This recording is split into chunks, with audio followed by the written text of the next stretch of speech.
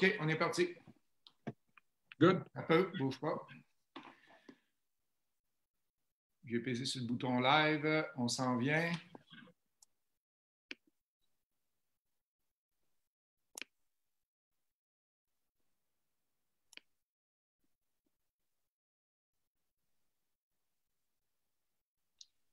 On est maintenant rendu en direct avec Maître Luc Audet.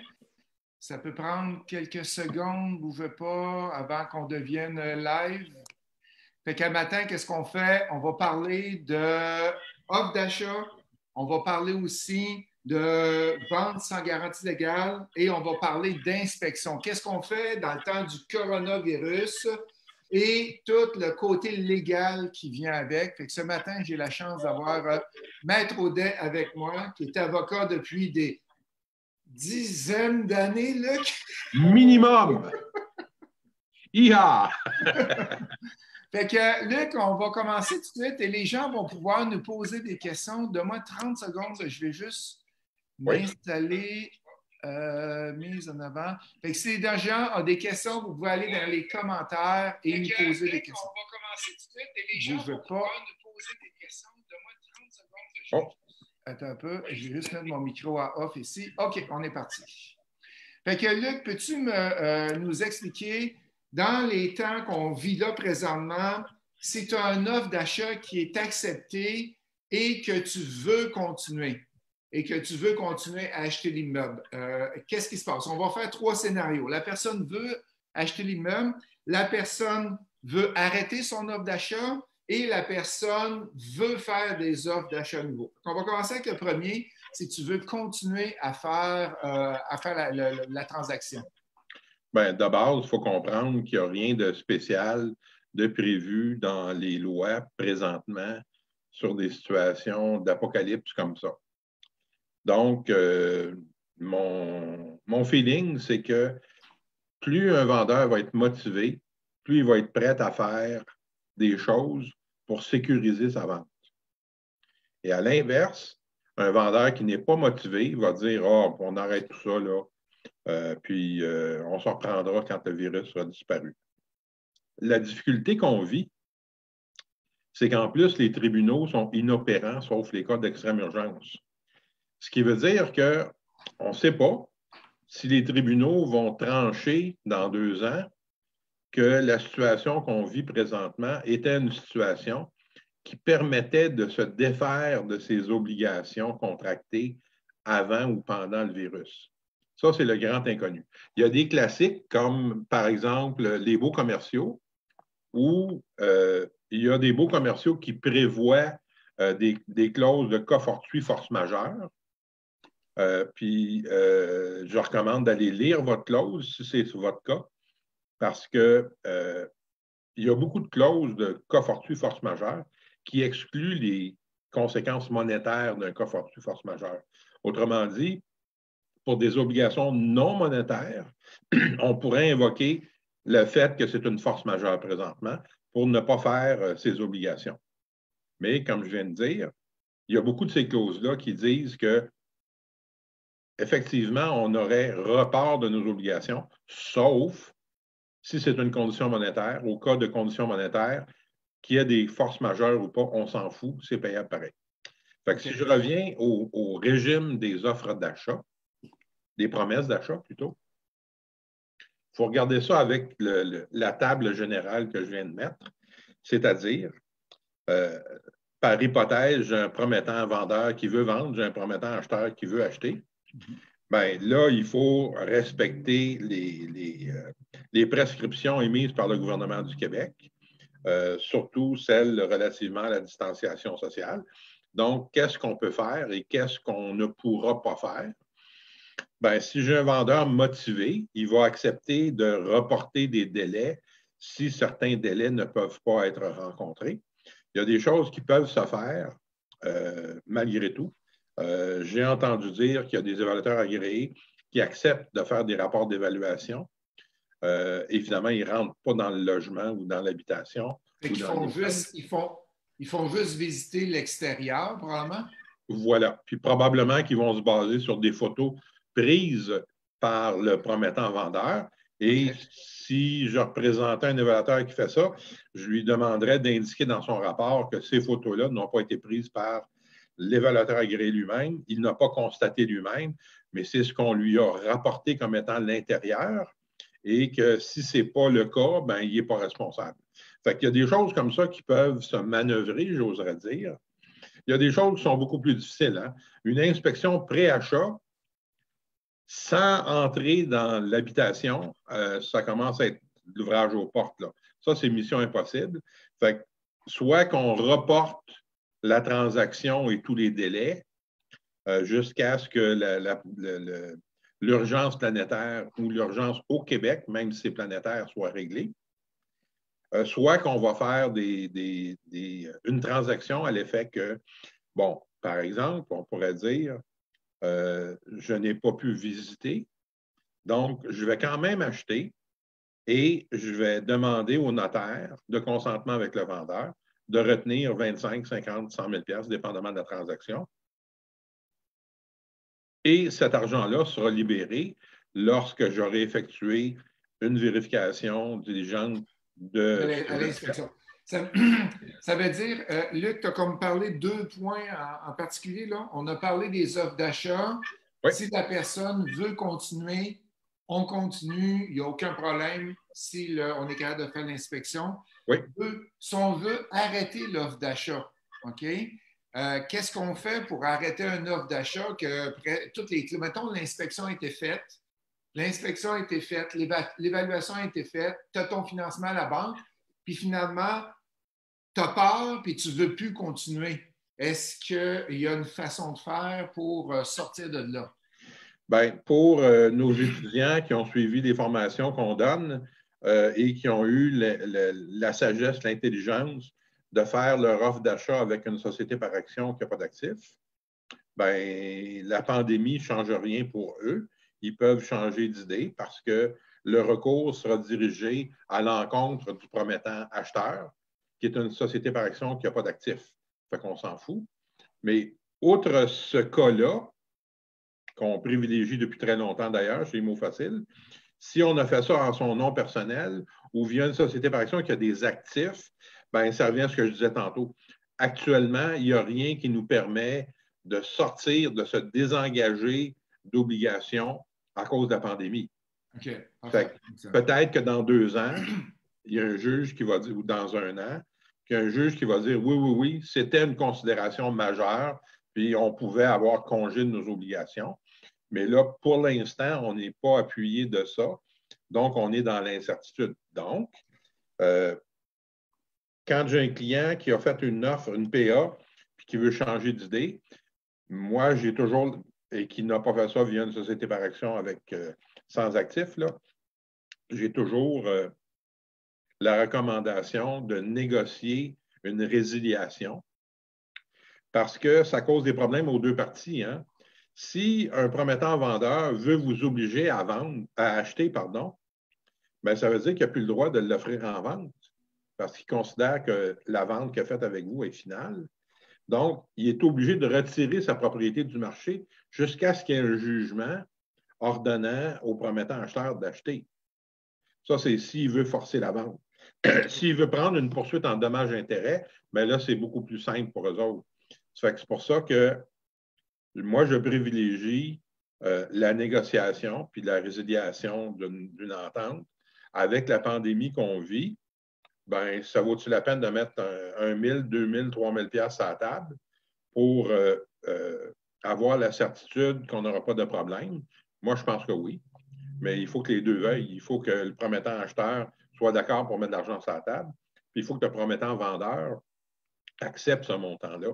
D'accord. Et ce qu'il faut comprendre aussi, c'est que le promettant vendeur aussi a ses craintes, ses peurs, ses appréhensions. Puis si lui, il pense que c'est la fin du monde, bien, il ne voudra pas lâcher son promettant acheteur. Hein? Il va vouloir coûte que coûte faire sa transaction.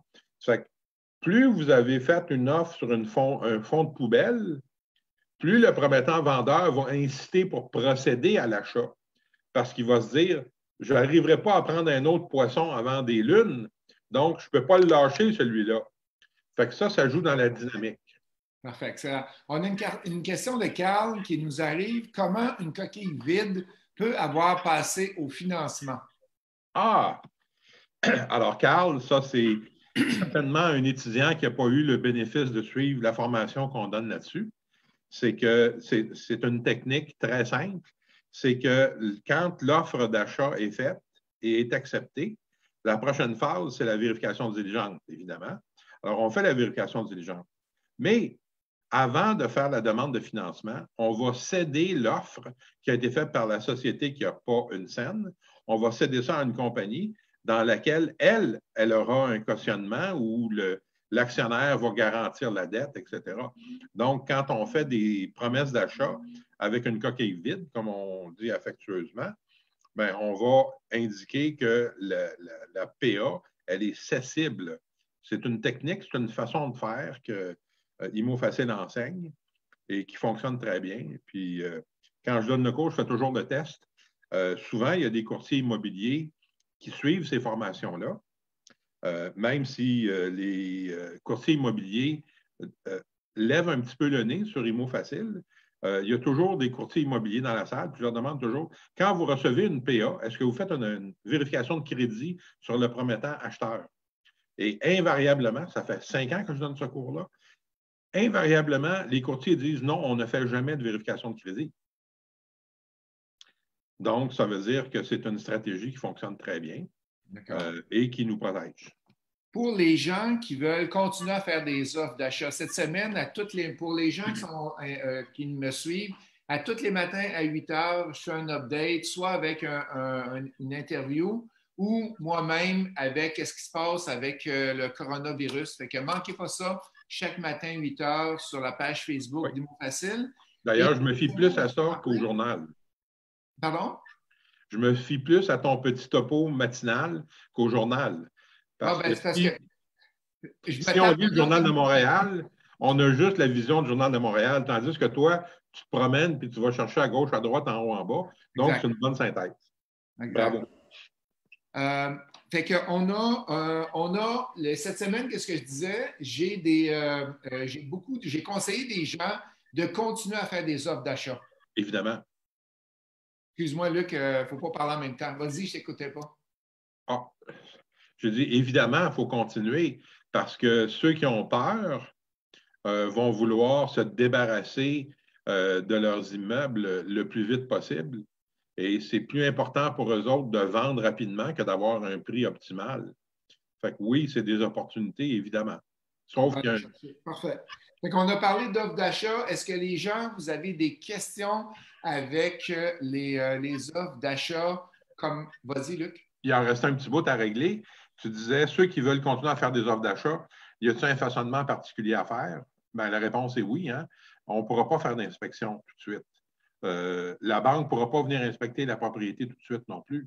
Fait qu'il faut trouver une façon qui fait en sorte que les PA soient finales, sujettes à votre choix à vous de l'annuler si ça ne rencontre pas l'inspection que vous voulez. Fait que vérifiez avec votre institution prêteuse qu'est-ce qu'elle peut faire actuellement pour faire un prêt hypothécaire, puis façonner votre transaction de cette façon-là. Puis c'est sûr que ça va être plus difficile de fermer des transactions à court terme. Hein. Même, il y a beaucoup de notaires qui sont fermés. Il y a des notaires qui offrent le service à l'automobile présentement. Alors ça, c'est des choses qu'on n'a jamais vues. Mais il faut regarder les étapes qu'on a à franchir pour faire une transaction, puis quels sont les correctifs que ces intervenants-là ont présentement pour être sûr qu'on puisse passer au travers. Excellent. Merci, Luc. On a fait le tour d'offres d'achat. Il n'y a pas d'autres questions qui sont rentrées. Avant d'aller plus loin, prochaine étape, on va aller voir les ventes sans garantie légale. Comment ça fonctionne? On a une question de Signora qui est rentrée. Je suis intéressé par la formation. Où puis-je m'inscrire? Fait que demain, samedi, on a une formation sur le chalet locatif.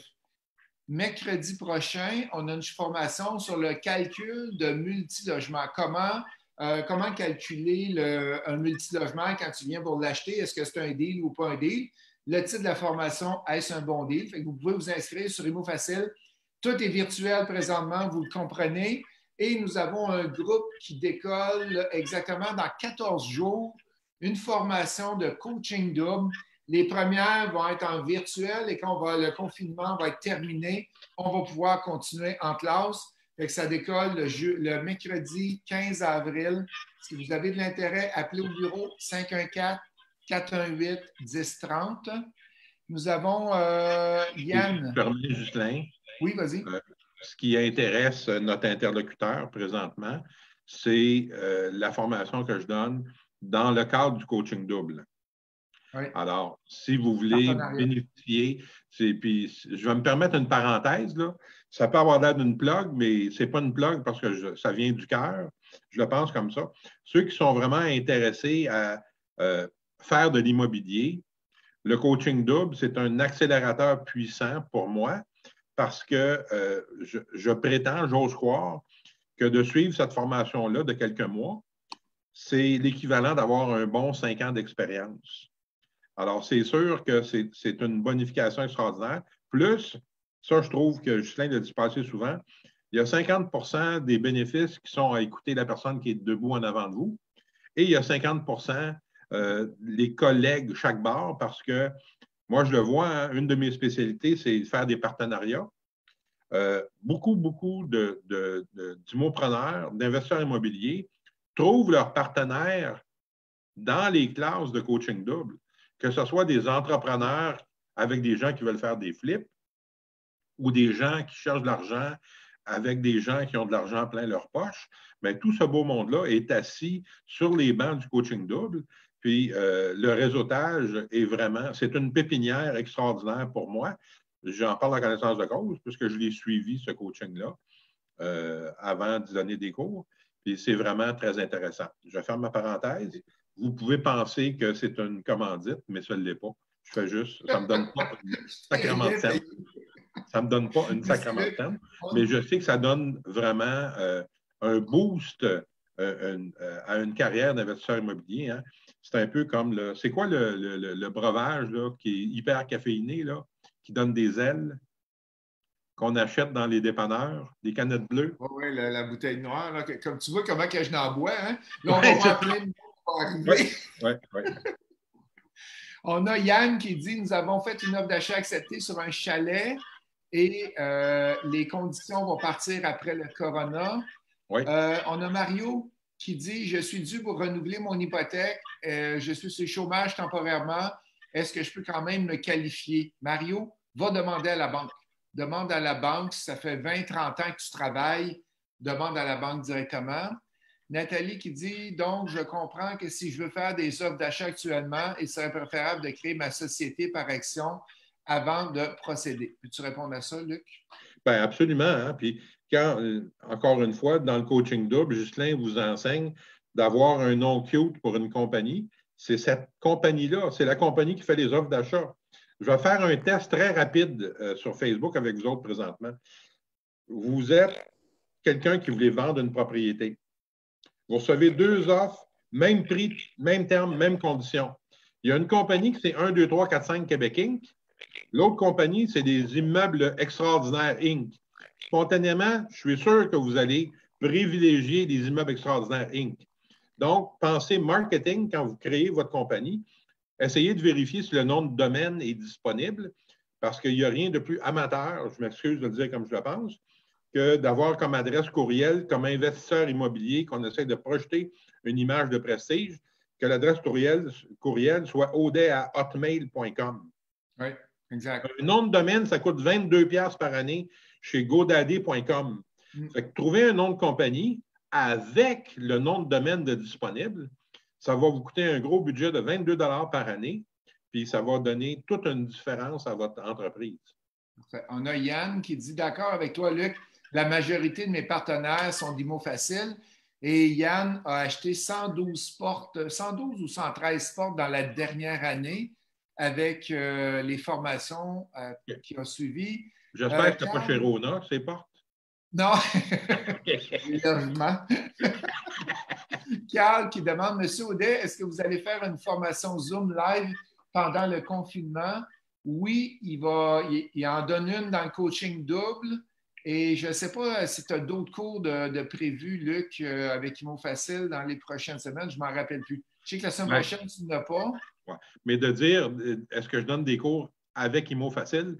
Toutes les formations que je donne sont avec IMO Facile, ça fait qu'il va de soi. Hein? OK. C'est mon partenaire privilégié, IMO Facile. Honnêtement, je ne le sais pas. Je ne m'en souviens pas. Il faudra aller voir sur le calendrier. Va Oui, voir, Carl, sur le calendrier du ouais, Imo Facile. Tu vas voir les formations qui s'en viennent et ça va être des formations Zoom. C'est sûr qu'ils vont vous être remis. On a sinon, Stéphane. je fais de la consultation téléphonique. Si Parfait. c'est des Excellent. besoins très ad hoc, on peut régler ça au téléphone. On va embarquer maintenant dans le deuxième volet de notre entrevue aujourd'hui. Luc, les ventes sans garantie légale. Cette Oui, semaine, il a sorti une émission à Radio-Canada avec la oui, facture qui ont parlé des ventes sans garantie légale. Qu'est-ce oui, qui se passe quand on a tant de ce temps-ci? En 2019, 24 des ventes ont été faites sans garantie légale. On sait que les reprises bancaires, c'est fait 100 sans garantie légale. oui, Et les successions, maintenant, on a une statistique, c'est 62 sans garantie légale.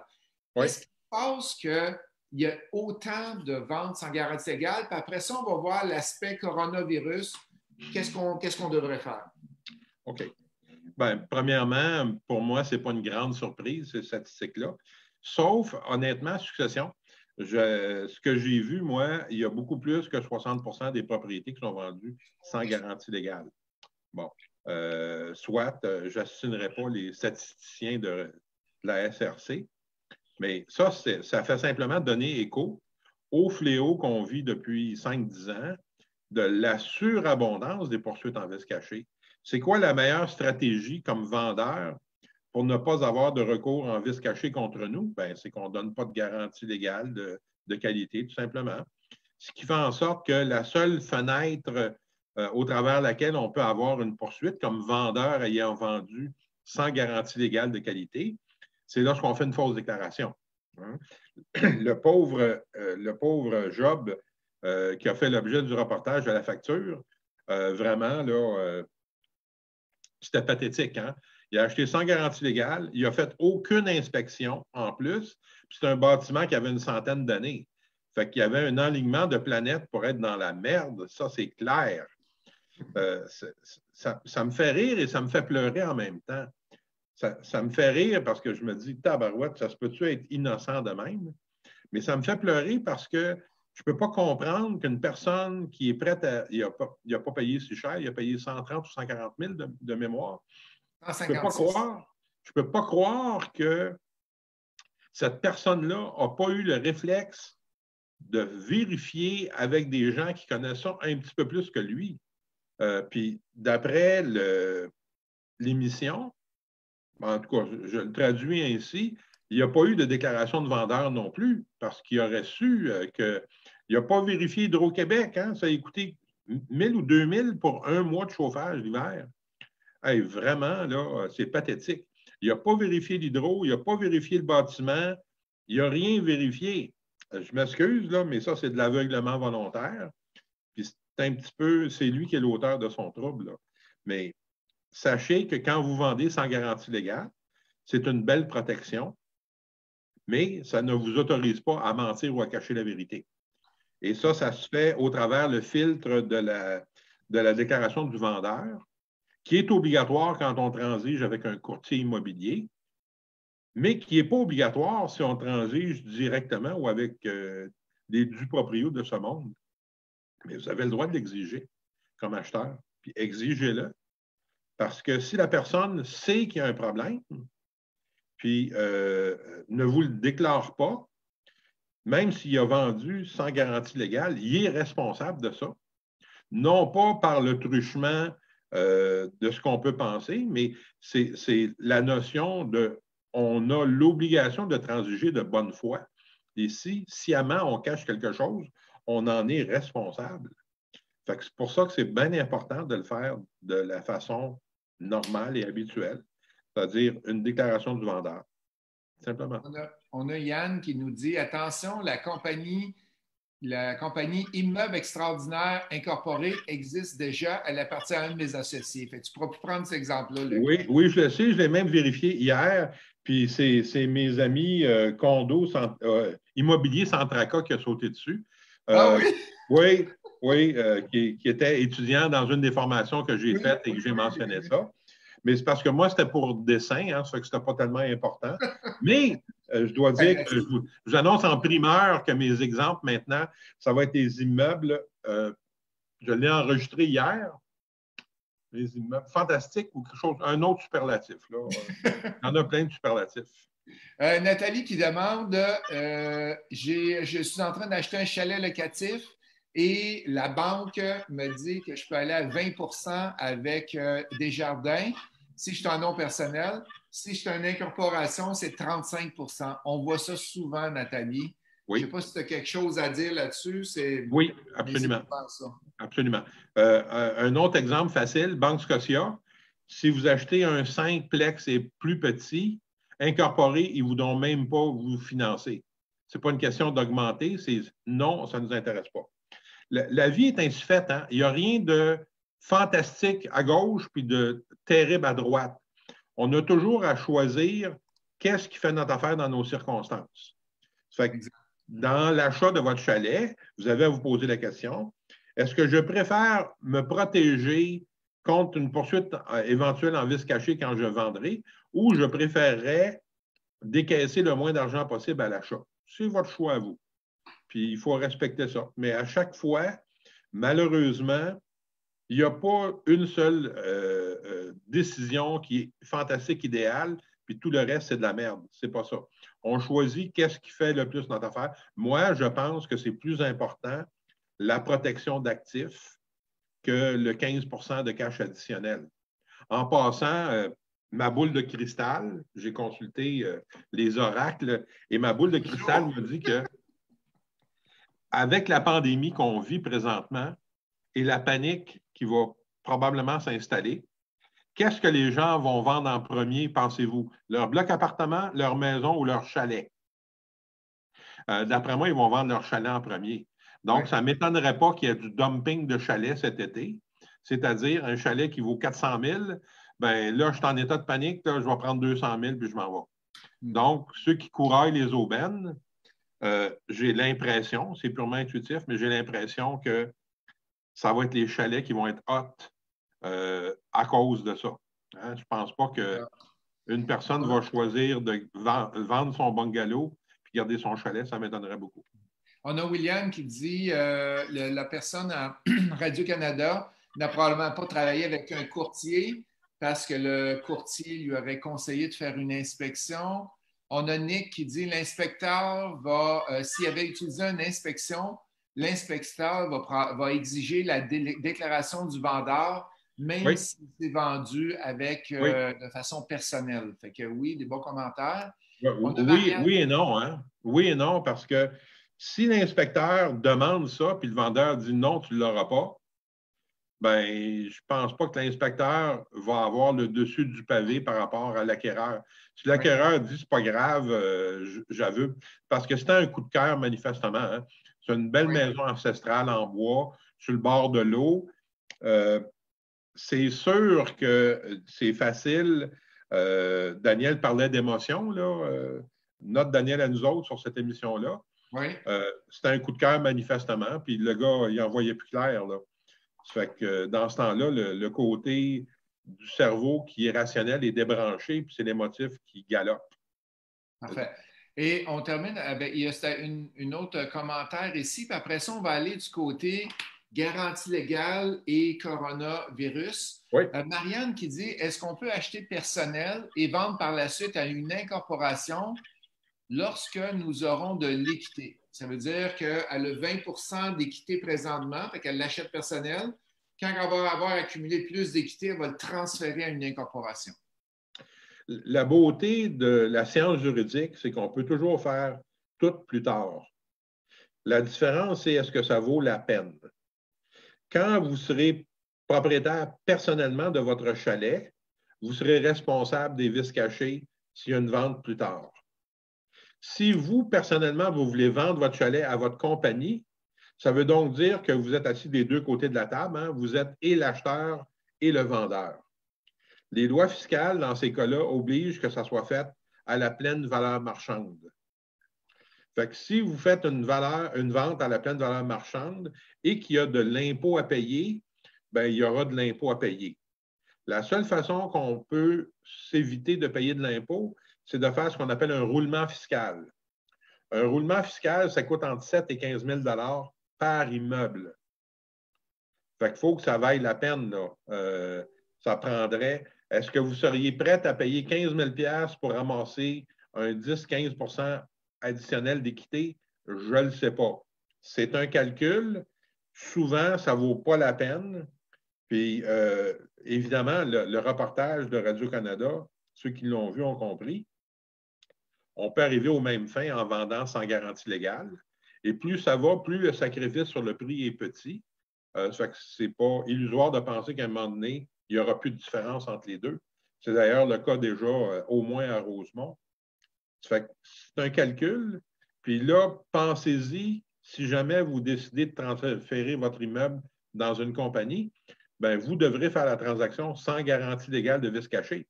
Sans ça, vous allez être responsable pareil parce que vous êtes dans la chaîne de titres de possession de l'immeuble. Fait que c'est une bonne idée de décider tout de suite puis de s'en tenir parce que faire ça plus tard, c'est quand même assez dispendieux. OK, parfait. On a Isabelle, on a Sylvain qui dit d'aller voir le compte d'Hydro. Oui, tu en as parlé tantôt. Très bonne idée. Isabelle qui dit, j'ai acheté un chalet locatif en personnel. La ville limite le nombre de locations court terme par année. Comme j'ai mon permis CITQ, pourrais-je revendre sans taxe plus tard, même si j'ai loué en partie du temps à court terme? Mais ça, dans la formation de chalet locatif qu'on a en fin de semaine, on va vous montrer comment faire un registre d'utilisation de votre chalet. OK? Fait qu'il va y avoir est-ce qu'il a été utilisé personnellement ou il a été utilisé commercialement. Et dans la loi fiscale, il y a comme un point de balance que tu vas déterminer si c'est avec taxe ou sans taxe. Je n'ai pas la réponse exacte présentement, mais dans la formation, on a un petit fichier Excel qu'on vous montre comment remplir et on vous explique qu'est-ce qui arrive avec. Ouais. Un côté difficile quand on a un chalet locatif incorporé, c'est que si on va l'habiter, l'occuper pendant des périodes où ce n'est pas loué et que Revenu Québec, Revenu Canada nous pince là-dessus, bien, ça veut dire qu'on a profité d'un bien qui ne nous appartient pas à nous personnellement, mais à notre compagnie. Donc, on va se faire imposer ce qu'eux autres appellent un avantage à l'actionnaire. Vous n'avez pas le droit d'occuper un chalet qui ne vous appartient pas sans payer la valeur de la location. Alors, si le chalet ne vous appartient pas, mais appartient à la compagnie, puis vous faites pincer, puis vous louez ça 100$ par jour, bien, premièrement, il va y avoir un calcul de ratio de dépenses qui va être refusé. Puis deuxièmement, vous risquez de vous faire imposer par Revenu Canada, Revenu Québec, un avantage imposable de 100$ par jour que vous avez occupé le chalet. Puis ça, vous allez avoir une facture d'impôt avec intérêt sur retard et pénalité de fausses déclarations. Fait que ça peut coûter assez cher. C'est pour ça que, généralement, je pense que le premier chalet, c'est une bonne idée de l'acheter perso, même si on est responsable des vices cachés, à cause de ça. Puis si c'est un deuxième et un troisième chalet, bien là, il y a peu de chances qu'on occupe 3 chalets simultanément. Donc, ça, je pense que c'est plus logique de le faire incorporer. Isabelle te dit merci, Luc. Bienvenue, Isabelle. On s'en va. Vente sans garantie légale. Fait que présentement, est-ce que tu crois qu'il va y avoir, avec le coronavirus, une hausse encore plus élevée de vente sans garantie légale ou tu penses que ça va être steady à 24%? Qu'est-ce que tu vois dans ton... Ma boule de cristal encore? Ouais. On dit avoir su, je l'aurais frotté plus fort. Là. Ben, ma petite idée, mais là, je n'ai pas mon chapeau d'expert juridique quand je parle de ça. Ma petite idée, c'est que le coronavirus n'a rien à voir avec les vices cachés. C'est beaucoup plus des émissions comme la facture qui vont conscientiser spécifiquement les gens en immobilier sur cette dynamique, cette problématique-là, que le coronavirus. Le coronavirus, pour moi, va avoir un effet sur les prix et les ventes d'immeubles. Mais c'est donc une influence sur le pricing, sur la valeur de l'immeuble à court terme. mais je ne pense pas que ça fasse une grande différence sur la dynamique, la problématique des vis cachées, là. Je pense que les gens qui paniquent puis qui vont vouloir vendre leur immeuble rapidement, je pense que la panique va être plus grande de l'effondrement du marché. C'est pas ça que je prédis, là. Mais dans la psychologie d'une personne en panique, c'est bien plus important de se débarrasser de ce qui va te ruiner que de donner une garantie pour vis caché. D'après moi, ça va être, ça va être dans cet ordre-là. Es-tu d'accord avec ça, Justin? Oui, oui, oui, oui.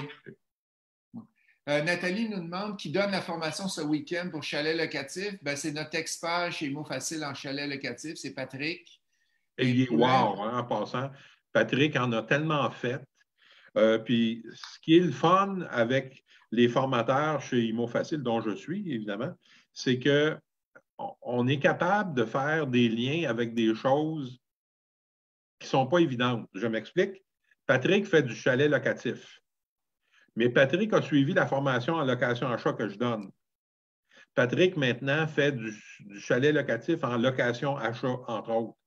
Fait que ça permet d'avoir des cumuls d'expertise. C'est wow. Patrick est vraiment bon.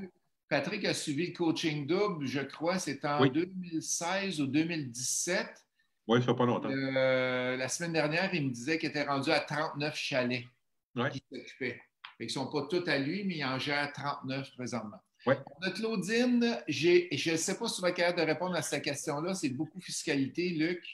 J'ai loué ma maison, j'y ai habité 7 ans et déménagé dans mon bloc, dans un de mes appartements. Ma question est la règle de 4 ans pour revendre sans avoir à déclarer le gain en capital en cas de revente. S'applique-t-il? Si oui, comment je dois appliquer cela? Je n'ai jamais entendu rester à règle. La règle du 4 ans, c'est une légende urbaine. Ça n'existe pas.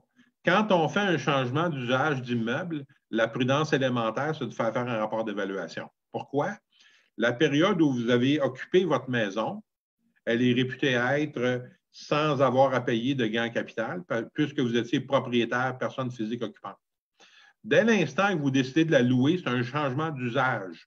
Ce qui veut dire qu'à compter de cette première location-là, le gain en capital n'est plus exonéré.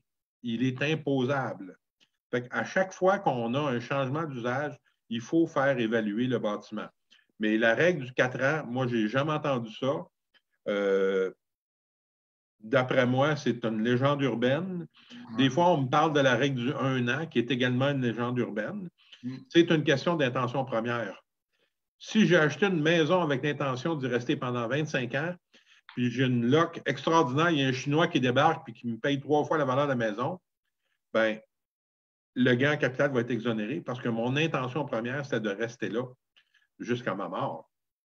Mais c'est une question de preuve. Comment je fais pour faire la preuve que c'était mon intention de rester là?